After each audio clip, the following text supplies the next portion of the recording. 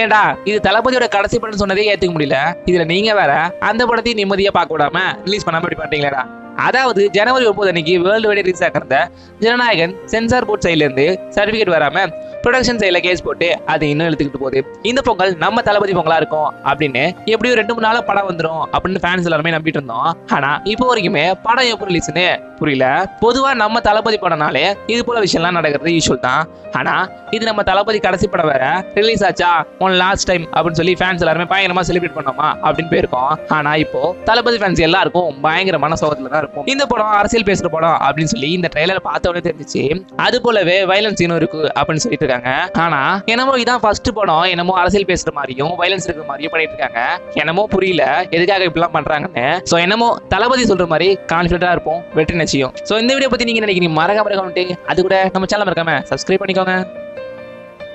மக்களுக்கு நல்லது பண்றதுக்கு அரசியலுக்கு வாங்கடா கொள்ளை